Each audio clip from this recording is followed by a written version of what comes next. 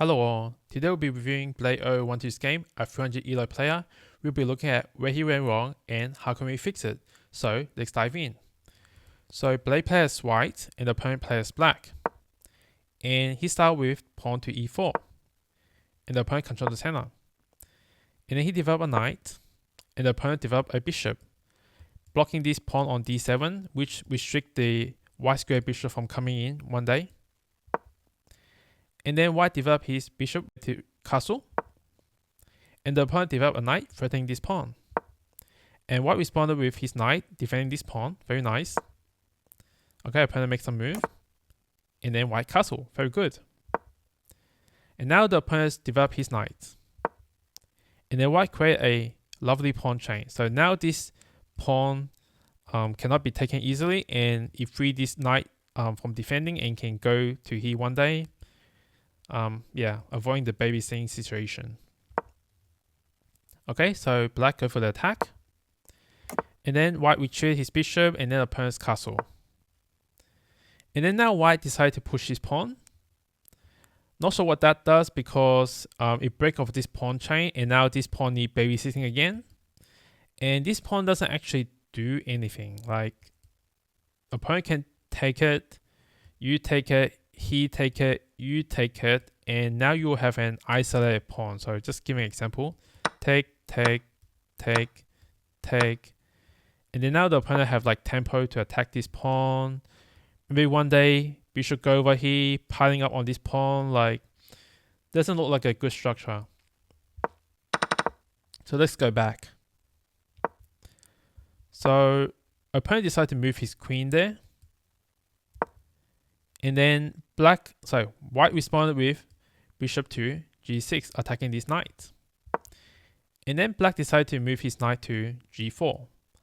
Doesn't really have a purpose because it's not threatening anything. Like, he can't take this pawn because our king will take it.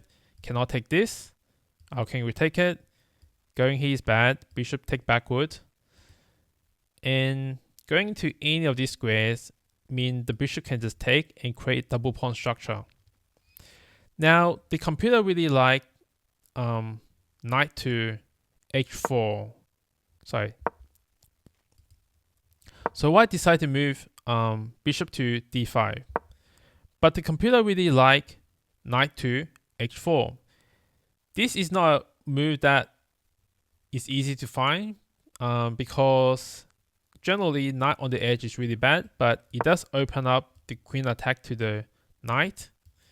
And if the knight decides to go here, again, like we said, take, take. Queen can go in for a check. King go here. Knight go to f5, preparing for checkmate. And I guess similar thing can happen if the opponent knight go here as well. So, yeah, so let's go back. Main line. Okay, so black to move. And then he developed his bishop. So white decided to put his rook to the center. Very good. Also x-raying the queen. Okay, black took, white took, black took. And then white take a bishop, okay. Attacking this rook next. And black decided to move his bishop there. I'm not sure why. Should have gone for the trade. Like maybe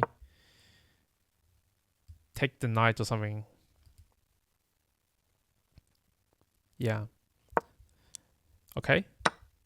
White took. And then black decided to push a pawn. And now white took the free knight. And black took the bishop. White decided to put his rook to the center. Very good. Black took a pawn. And white decided to save his rook and attacking this pawn. Knight is attacked. So white decided to move his knight to the center onto d5. Knight is attacked again. And white decided to counterattack by threatening checkmate here. Okay. Sorry, mouse slip. So black decided to push his pawn, avoiding checkmate. And then white decide to take a pawn and threaten this bishop. I'll think a better move is probably knight to e7. Now the bishop got these dark squares, so the bishop is forced to take, and then you take the bishop attacking this rook with tempo. And then maybe one day take the pawn. Yeah. When you're up material, you should trade down so that you simplify the situation. Okay, so let's go back to the main line. Okay, so white took the pawn and white took the knight. Sorry. White took the pawn and black took the knight. And now white took the bishop. Okay. And then next, white decided to push a pawn, maybe allowing escape square for the king one day. Now what I would have done is just take the pawn because this is free and you're offering a trade of queen. And if this queen ever gets traded off, you're left with 2 rook and a bishop versus a rook. This is less scary than if the queen is still around. Okay. So main line, and now white is targeting the 2 pawns. And then white took the pawn. And now saving the rook, attacking this pawn. And now there's 2 attackers onto this d5 pawn. If black ever move his pawn, he can just trade off. Okay, so black decided to defend the pawn. And white decided to attack the rook, which I don't really like chasing pieces and attack them if they can get away with it. It just doesn't lead to good position generally. What I would have liked to do is bring the rook over to d1 and power onto this pawn. At the moment, you only have 2 defender, but if the rook is on d1, you have 3 attacker. So anyway, let's go back to the main line. And now the queen go to f6. This is a very weird square because it's actually not threatening anything. Okay. Actually, let me go back. So this is a weird square. What I would have liked to do is maybe move the bishop here, control this square, and then threatening checkmate. Like for example here, if the rook doesn't go back, then yeah, this is checkmate.